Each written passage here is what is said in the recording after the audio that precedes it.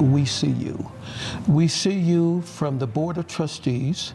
We see you from the offices of the deans. We see you as your fellow classmates, that you've done something that's been unique.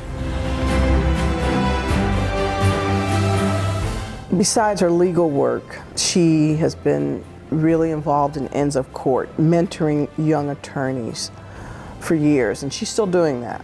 Relentless advocacy on people who are charged with misdemeanors all the way up to, of course, many years defending those charged with the most serious offenses, people charged with capital crimes. And that, I don't know if you can really appreciate the emotional and physical requirements to defend someone on that level. It takes a special person, and Bevy did that wonderfully, of course, for years. My view of Judge Anna Forder, an extraordinary leader, a person of great service, and a very, very appropriate recipient of the Fleur de Lis Award. She has had an extraordinary career, and this honor is really well-deserved and long overdue. Her career actually started way before she even became a lawyer. She has been a person of service, a person that would define the word Jesuit as we know it here at SLU, and particularly SLU Law. She worked in Vietnam for Catholic Relief Services.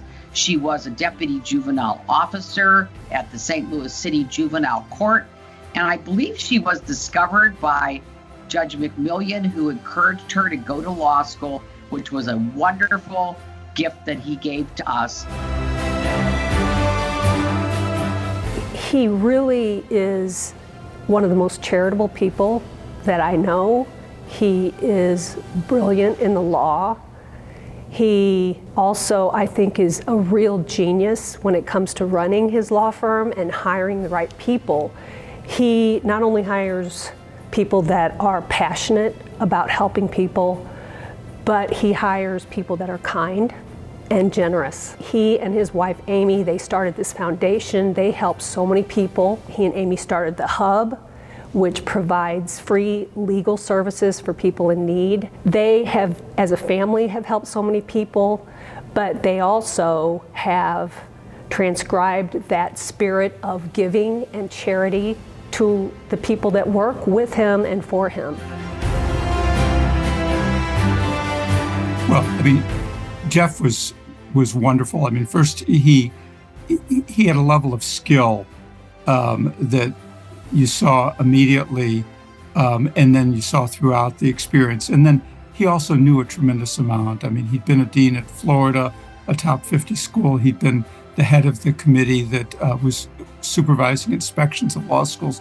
So he knew an awful lot about legal education. And he brought a lot of those ideas to our law school.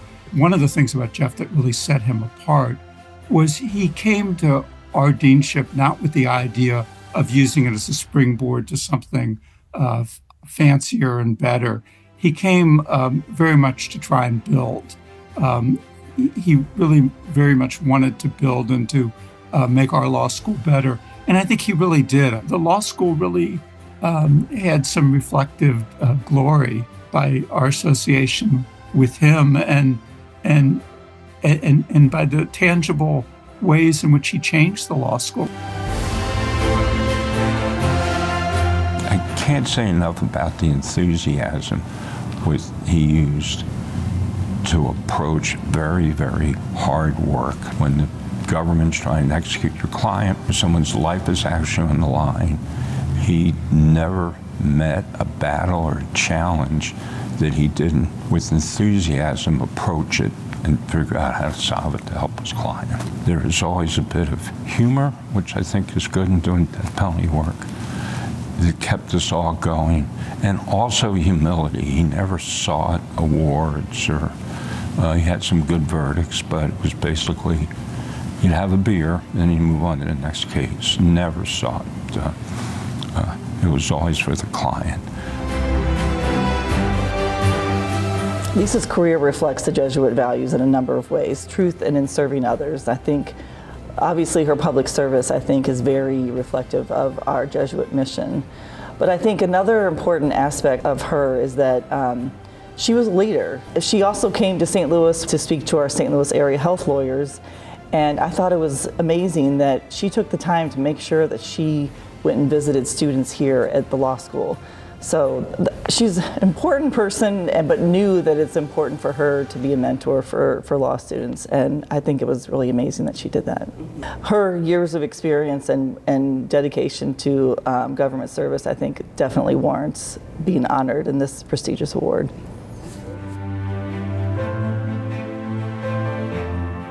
Annette Slack truly lives the St. Louis University mission. She takes care of her communities and the world alike.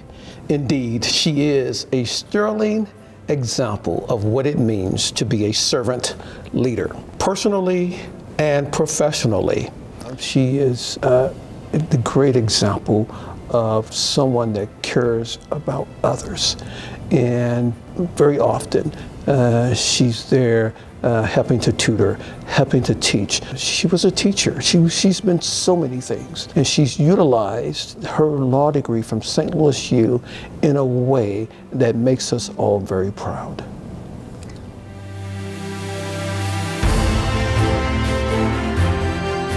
I think what makes Steve special is he has a unique ability to actually see a problem and want to do something about it, and actually have the skill set to do something about it too. You know, so many people, they see a problem and they want to do something, but they might not have the skills to actually do it. Steve has those skills. You know, he's able to see that issue and try to better the world with the skill set that he has. I mean, his courtroom skills are unparalleled. His ability to manage a case, to analyze complex issues, to see through complex things and find a path forward, all of those things have helped him really contribute not only to the body of law, but really better our world. You know, when I first got there and I pitched this crazy idea of suing Major League Baseball right after I graduated from law school, and Steve says, yeah, not only are we going to do it, we're going to do it big and do it right. And it took us 8.5 years, and we were fully committed to that case, and we changed the entirety of minor league baseball because of it. And without Steve Tillery's backing, that would not have happened. Lawyers are people that have made historical differences. But for lawyers, there would be no equal protection. But for lawyers, there would be no due process. But for lawyers, you and I could not be here at St. Louis University.